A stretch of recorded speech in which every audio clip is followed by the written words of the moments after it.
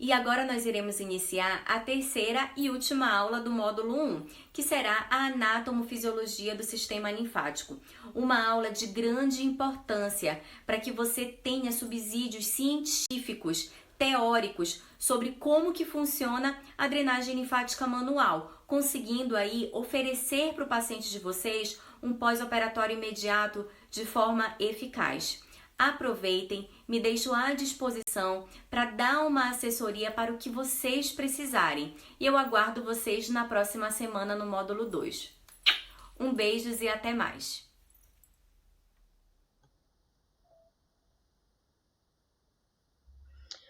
O sistema linfático tem os seus vasos mais superficiais do organismo humano. Ele é uma rede complexa, composta pelos órgãos linfóides, né? Os linfonodos que se enquadram dentro dos órgãos linfóides, são os órgãos linfóides em maior quantidade, distribuído por todo o nosso corpo.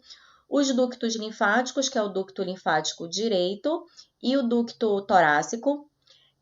Os capilares linfáticos e os vasos linfáticos.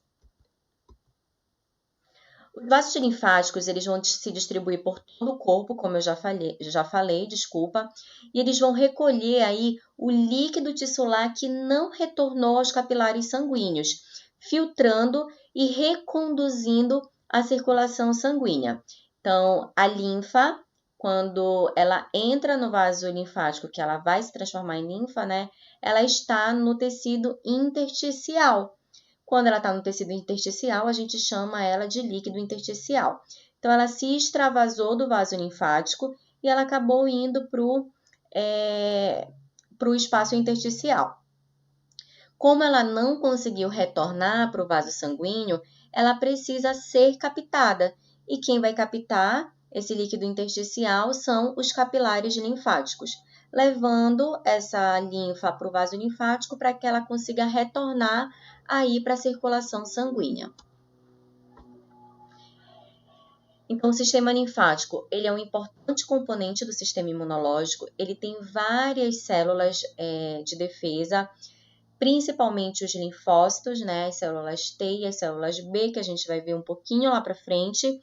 E ele também tem um grande objetivo, né, que é o de proteger o nosso organismo contra bactérias e vírus invasores. Então, como eu falei no slide anterior, nós temos aí o capilar sanguíneo, e aí o líquido plasmático ele vai se extravasar para o líquido intersticial, que vai ser chamado de líquido intersticial por ele estar nesse espaço, por isso o nome. E o que não consegue retornar para o capilar sanguíneo, ele vai para o vaso linfático através do capilar. E aí sim ele vai desembocar depois nos ductos para retornar para a circulação sanguínea. Vocês vão ver que eu vou ser bem repetitiva em relação a essa fisiologia para que vocês consigam compreender. Então, eu vou bater na tecla várias vezes dessa fisiologia até vocês conseguirem compreender de forma bem didática como que vai funcionar essa drenagem linfática. É muito difícil fazer o estudo desse vaso linfático numa mesa de dissecção de cadáver, justamente por esses vasos serem muito superficiais, tá? Então, essa tenuidade das paredes dos vasos e por ele ser muito pequeno, pelo seu calibre ser muito fino também, vai fazer com que esses tecidos sejam praticamente indistinguíveis dos tecidos vizinhos. E o sistema linfático vai ter três principais funções. A primeira é a remoção dos fluidos em excesso dos tecidos corporais, então é a redução de edema. O segundo é a absorção de ácido graxo e a terceira é a produção de células imunes, como os linfócitos, os monócitos e as células produtoras de anticorpos, conhecidas como os plasmócitos. Então, vocês vão ver que além do sistema linfático, órgãos do sistema linfático conseguirem produzir os linfócitos para destruir essas bactérias, esses vírus invasores, eles também vão conseguir se manter vigilantes. Eles vão ter células, por exemplo, as células T, elas vão ser vigilantes do nosso sistema imunológico. Então, elas vão se produzir a partir do momento em que elas conseguem perceber que existem células não, né? Bactérias e vírus invasores.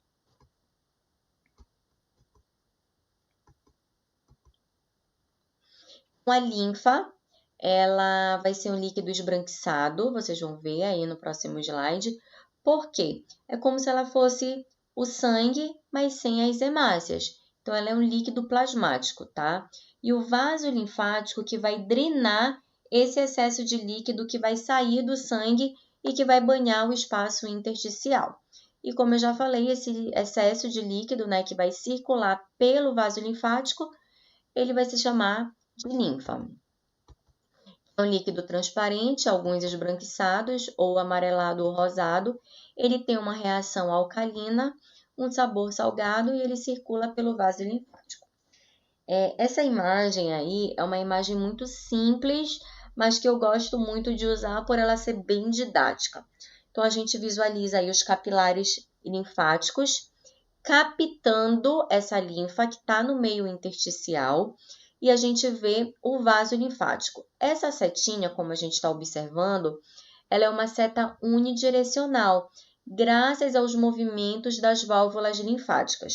Então, as válvulas linfáticas elas vão se abrir e se fechar para que essa linfa possa percorrer por todo o vaso linfático.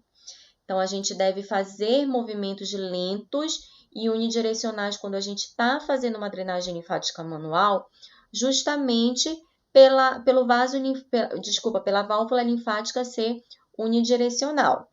E aí essa linfa ela vai chegar até o gânglio linfático para que ela seja filtrada. E depois que ela é filtrada, ela vai desembocar nos ductos linfáticos para que possa retornar a circulação sanguínea através das veias torácicas.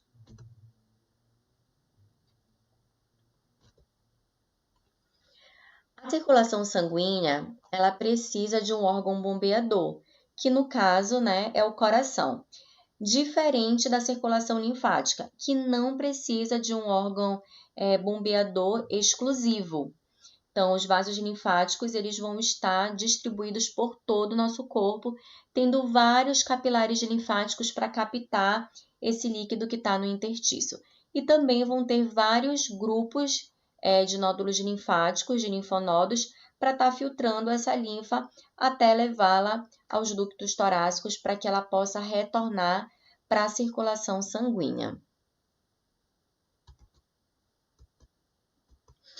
A linfa ela vai percorrer o sistema linfático pela contração dos músculos, por isso a importância de realizar atividade física.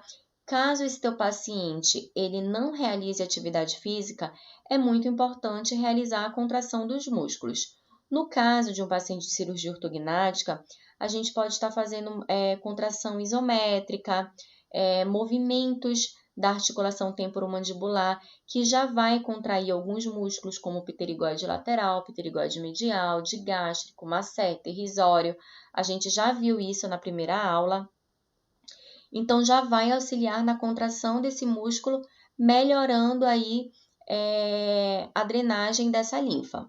A pulsação das artérias proximais e o movimento das extremidades.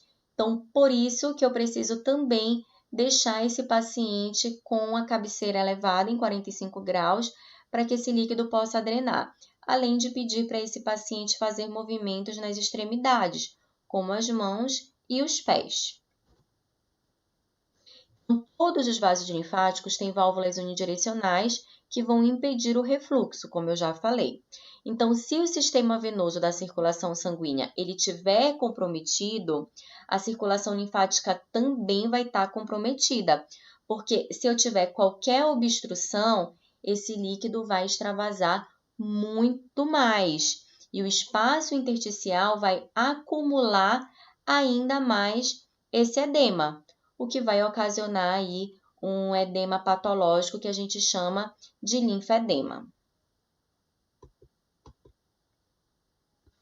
A linfa ela vai se mover lentamente sobre baixa pressão, devido principalmente à compressão provocada pelo movimento dos músculos esqueléticos que pressionam o fluido através dele que eu já expliquei isso para vocês. E a contração ela é rítmica das paredes dos vasos e também vai ajudar o fluido através dos capilares linfáticos. Então, percebam que eu preciso de uma pressão para ficar ativando as válvulas linfáticas.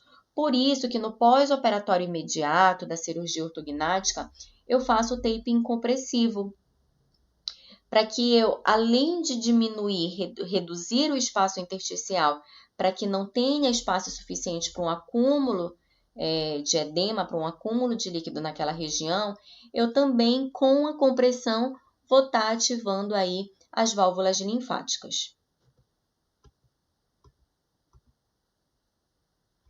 Então, essa linfa, ela vai ser transportada aí pelos vasos linfáticos e vão se acumular no ducto, né, linfático direito e no ducto torácico. Os ductos, eles vão desembocar no sistema circulatório da veia subclávia esquerda e direita e vai devolver aí a linfa para a circulação sanguínea. Eu já expliquei isso. Então, relembrando, o líquido está no interstício, líquido intersticial, ele vai ser captado pelo capilar linfático e ele vai percorrer todo o vaso linfático através da abertura e fechamento das válvulas linfáticas. Então, ele vai percorrer de forma lenta, rítmica e superficial. Por isso, a drenagem linfática ela precisa ter esses 3 fatores. Ela precisa ser lenta, ela precisa ser rítmica, ela precisa ser superficial. E ele vai chegar até os gânglios linfáticos, essa linfa ela vai ser filtrada. Após isso, ela vai chegar nos ductos linfáticos que vão desembocar na veia subclávia esquerda e direita. E aí, sim, esse líquido vai retornar para a corrente sanguínea, para a circulação sanguínea. O ducto linfático direito vai desembocar na veia jugular interna direita. E esse ducto ele vai percorrer ao longo de toda a borda medial do músculo escaleno anterior, bem na base do pescoço, dá para ver bem aí nessa foto. E vai terminar na junção da veia subclávia direita com a veia jugular interna direita. E o ducto linfático direito, ele vai absorver somente o líquido que está no membro superior direito, no hemitórax direito, no lado direito do pescoço e na hemiface direita.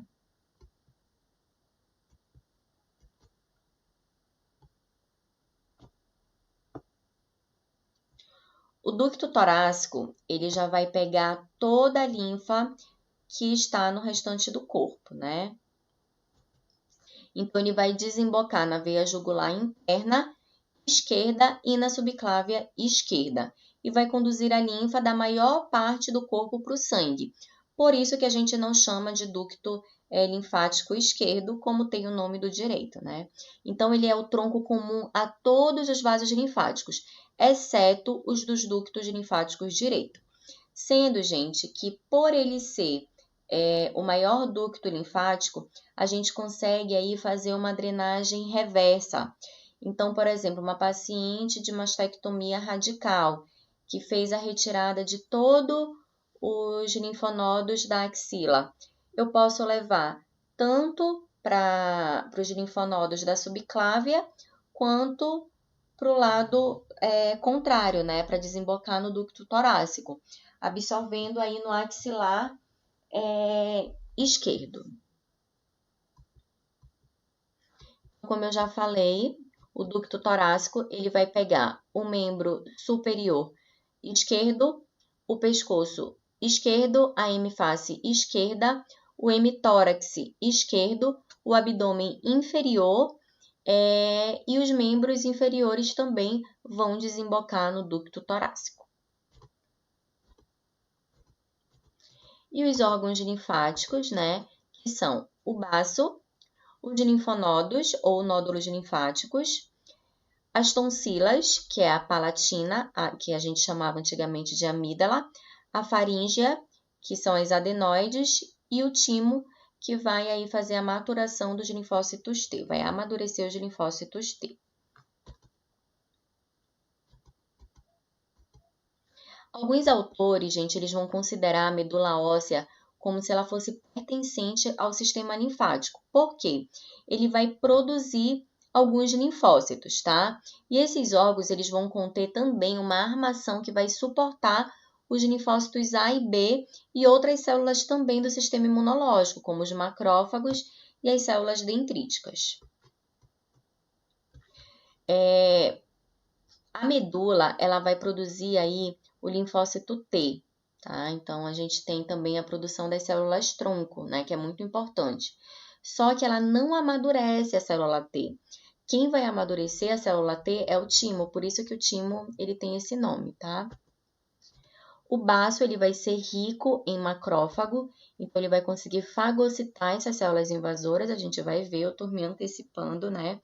Então, ele é situado aí na região do hipocôndrio esquerdo, entre o fundo do estômago e o diafragma, e a sua extremidade cranial vai se estender na região epigástrica. E aí, eu já falei, ele possui uma grande quantidade de macrófagos, né? Por isso, ele é um órgão linfóide, e ele vai, através da fagocitose, destruir micróbio, resto de tecido, substância estranha, células do sangue que já estão em circulação e estão desgastadas, como eritrócito, leucócito e as plaquetas. Então, o baço, ele vai ser responsável por fagocitar esses invasores, esses vírus, essas bactérias e essas células sanguíneas que já estão desgastadas. Então, ele vai funcionar como um filtro. Ele vai limpar, né, o sangue, funcionando como um filtro desse fluido muito essencial para o nosso organismo. E ele vai ter também participação na resposta imune, reagindo aos agentes infecciosos, já que ele é rico em macrófagos. Os linfonodos, eles são os órgãos linfáticos que estão em maior quantidade no nosso organismo. E são pequenos órgãos, né, que estão em forma de feijões localizados ao longo do canal do sistema linfático. Então, nós temos aí vários gânglios linfáticos, vários linfonodos. A gente tem no pescoço, a gente tem na frente da orelha, atrás, na região supraclavicular, na axila, na virilha, na região do joelho, no maléolo, no umbigo. Então, nós temos vários linfonodos distribuídos por todo o nosso corpo. Ele vai armazenar aí células brancas que têm efeito bactericida, ou seja, são células que combatem a infecção e a doença. Por isso que ele vai filtrar a linfa para que esses invasores não retornem, para que essas macromoléculas não retornem à corrente circulatória. Mas aí, quando está em grande dificuldade, quando o sistema imunológico ele não consegue produzir células de defesa o suficiente, esses invasores, né, ou essas macromoléculas, elas vão sim retornar para a circulação sanguínea. Então, vejam que existem as ínguas, né? A gente chama de íngua, que é o nome popular ao inchaço dos órgãos linfóides, dos linfonodos, dos nódulos linfáticos. Então, sempre que tem um processo inflamatório, esses linfonodos eles vão ficar um pouco mais inchados na região próxima ao processo inflamatório. Então, o paciente está com dor de garganta, a região do pescoço vai estar um pouquinho mais inchada. O paciente está com processo inflamatório na região abdominal, no útero, na bexiga, ele pode estar com os linfonodos, com ínguas, na região da virilha, nos linfonodos da virilha. Tudo isso porque vai ter um acúmulo maior dessas células de defesa naquela região. E aí a gente tem as tonsilas faríngeas, a palatina e a lingual. Essas tonsilas, gente, elas são como se fossem vários nódulos linfáticos unidos nessas regiões. Então, as palatinas são conhecidas como as amígdalas, né? Elas vão se encontrar na parede lateral da parte oral da faringe, entre os dois arcos palatinos. E elas vão produzir aí os linfócitos. Muitas crianças acabam tirando as amígdalas quando elas são crianças, porque elas são órgãos de defesa. Mas quando tem muita bactéria, quando tem muito vírus, o paciente sofre muito com dor de garganta, ela precisa ser retirada, porque ao invés dela se tornar um órgão de defesa, ela vai ser um órgão de ataque, né? A gente tem a tonsila faríngea, que são as adenoides, que é uma saliência produzida por tecido linfático, por gânglio linfático, e é encontrada aí na parede posterior da parte nasal da faringe. E durante a infância, ela pode se hipertrofiar e ela é conhecida como adenoide, como eu já disse. Geralmente, o paciente que vai fazer a retirada da tonsila palatina também tira a tonsila faríngea. E a tonsila lingual, que fica bem no finalzinho ali da língua, né? Bem próximo à garganta já. Quando o paciente ele também está com uma dor de garganta, com uma bactéria naquela região, acaba tendo um acúmulo também de pus, né? De secreção. E aí é necessário fazer a raspagem dessa língua e o paciente ele precisa fazer a consulta com o médico, com o especialista, para provavelmente fazer o tratamento e entrar com uma antibiótico terapia. O timo, ele vai se situar parcialmente no tórax e no pescoço e vai se estender desde a quarta cartilagem costal até o bordo inferior da glândula tireoide.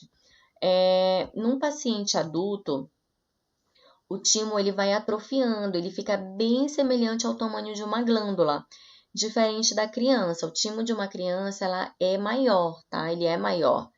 Então, para um adulto, ele vai se atrofiando até ficar bem pequenininho, praticamente imperceptível. E a importância do timo é exatamente amadurecer os linfócitos T. E aí, nós temos as células linfáticas, tá? A gente já viu os macrófagos, que são produzidos pelo baço e têm a capacidade de fagocitose, podendo ingerir até 1000 bactérias, né? Antes delas mesmas morrerem, antes dessas bactérias morrerem. O que torna também importante na eliminação dos tecidos que estão mortos, que estão necrosados.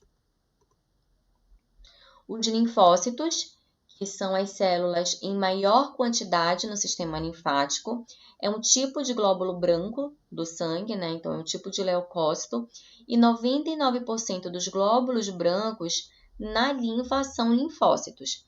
E eles vão se desenvolver na medula óssea, como eu já disse, ainda na infância. E alguns linfócitos eles vão migrar para o timo, onde vão amadurecer e se transformar em células T. E os linfócitos T, eles vão começar, né, a viver como células imaturas, que a gente chama de células tronco.